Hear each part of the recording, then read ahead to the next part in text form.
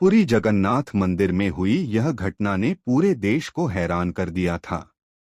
जगन्नाथ मंदिर में एक परंपरा है, भगवान को भोग अर्पित करने के बाद वहां के पुजारी अपने हाथों में पानी डालकर देखते हैं कि उसमें भगवान का मुख दिखाई देता है या नहीं।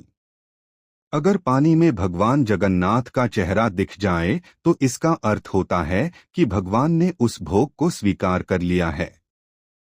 इसी प्रकार वर्ष 1800 में भगवान जगन्नाथ को अर्पित करने के बाद पुजारियों ने पानी में देखा, लेकिन इस बार भगवान का चेहरा दिखाई नहीं दिया। यह देखकर वे घबरा गए और तुरंत राजा के पास जाकर पूरी बात बताई। यह सुनकर राजा ने कहा, आज जो भोजन बनाया गया है शायद वह स्वादिष्ट नहीं था, इसलिए आप लोग और अधिक स्वादिष्ट और अलग प्रकार का भोजन बनाइए।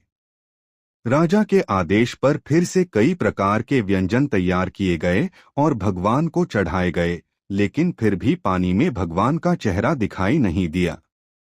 इससे दुखी होकर राजा ने कहा, जब तक भगवान इस भोग को स्वीकार नहीं करेंगे मैं पानी भी नहीं पीऊंगा, और वह मंदिर में ही सो गया। उस रात भगवान जगन्नाथ राजा के सपने में प्रकट हुए और बोले, राजन, पास के गांव में एक बूढ़ी महिला ने मुझे प्रेम से भोजन के लिए बुलाया, इसलिए मैं वहां खाने चला गया। इस कारण मैं आपका भोग स्वीकार नहीं कर पाया। अब मुझे भूख लगी है, मुझे भोजन दीजिए। यह कहकर भगवान अदृश्य हो गए। नींद से उठकर राजा ने फिर से भगवान को भोग अर्पित किया। इस बार पानी में भगवान जगन्नाथ का चेहरा दिखाई दिया। सच